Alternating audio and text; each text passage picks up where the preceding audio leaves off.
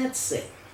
Okay, you came down Apache Summit, came through Dark Canyon, and it was nice and curved. You had Whitetail Road and Carrizo Road and Bear Canyon, and you come around the bottom curve, and that's where we sat on Highway 70. The old place, the first old place, is where the Motel 6 sits now. That was the original Bennett trading post right across the street, which is nice and pretty, and that was your sawmill, folks. Interesting place. And then there was nothing till you got to the road. There was the road into Ruidoso, and that was the junction. You know it is Sierra Blanca Motor Company now, and Apache Trail. Back in those days, you went up there, and it was Brother Miller's pasture.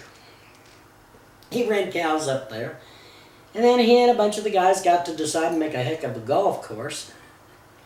Really screwed it up for us who ran through there on horseback, because they put holes everywhere, and it kind of wasn't laid out like a real golf course. Hey, there's a good spot. Well, it's soft. We can put a hole here. All those rocks, forget that.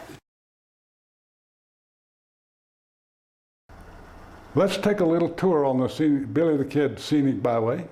We could start in Ruidoso, but I think I'd rather start in Ruidoso Downs, and we'll head east down Highway 70. It's paved. It's paved all the way. Don't have to worry about it anymore. Get a little ways past Ruidoso Downs, you're going to see on the south side of the road, big red barn. Wilbur Coe and his wife Louise lived there for a lot of years, made a lot of living selling apples and fruit in their fruit stands. By the way, as you're touring along the byway, you will see lots of fruit stands. But Wilbur's place, fascinating. That giant red barn, their beautiful home. You'd like to go in there? So would I, but we can't. Just can't do it. It's all private property now.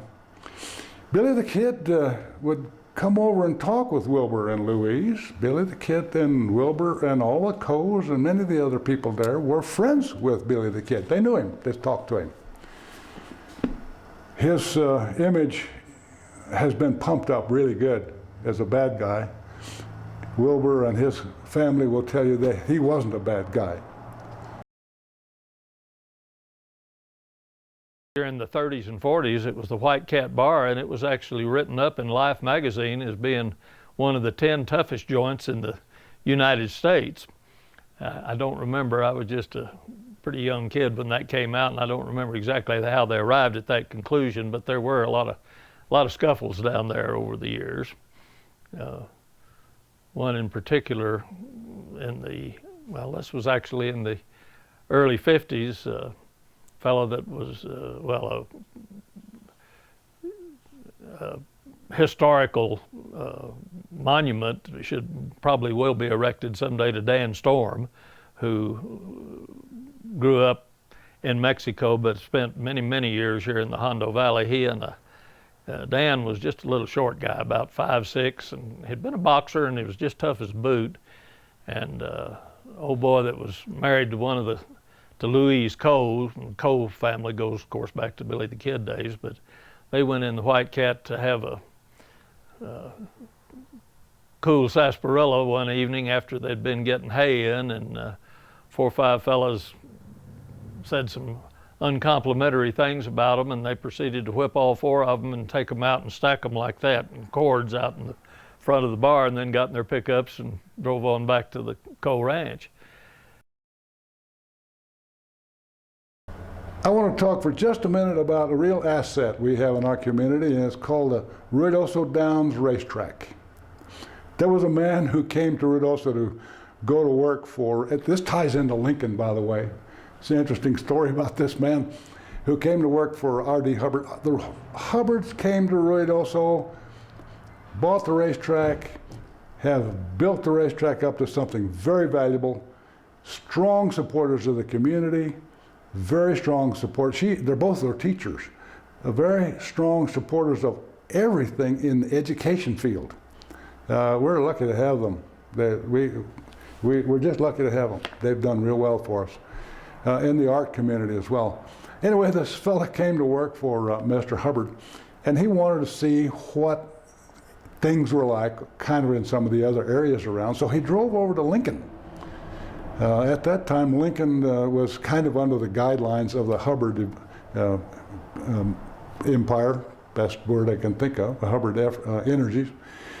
And this gentleman drove very slowly through Lincoln, like I want you to do, one way. Didn't see anybody.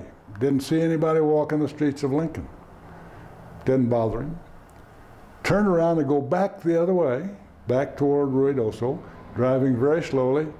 But he knew that every house he went by, someone was peeking out the curtain to see who it was going so slow down through Lincoln.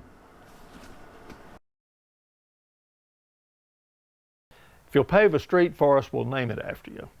When Governor Meacham came up with the money to pave the road out towards Capitan, well, we named it Meacham Drive. And John Sudderth was the chairman of the State Highway Commission, which was at that time probably maybe the second most powerful position in the state after governor. But he said he was the one that four-laned the street and put sidewalks in, so we named it Sudderth Drive. But it was Main Street then. There was a big old tree, big old pine tree right on the corner.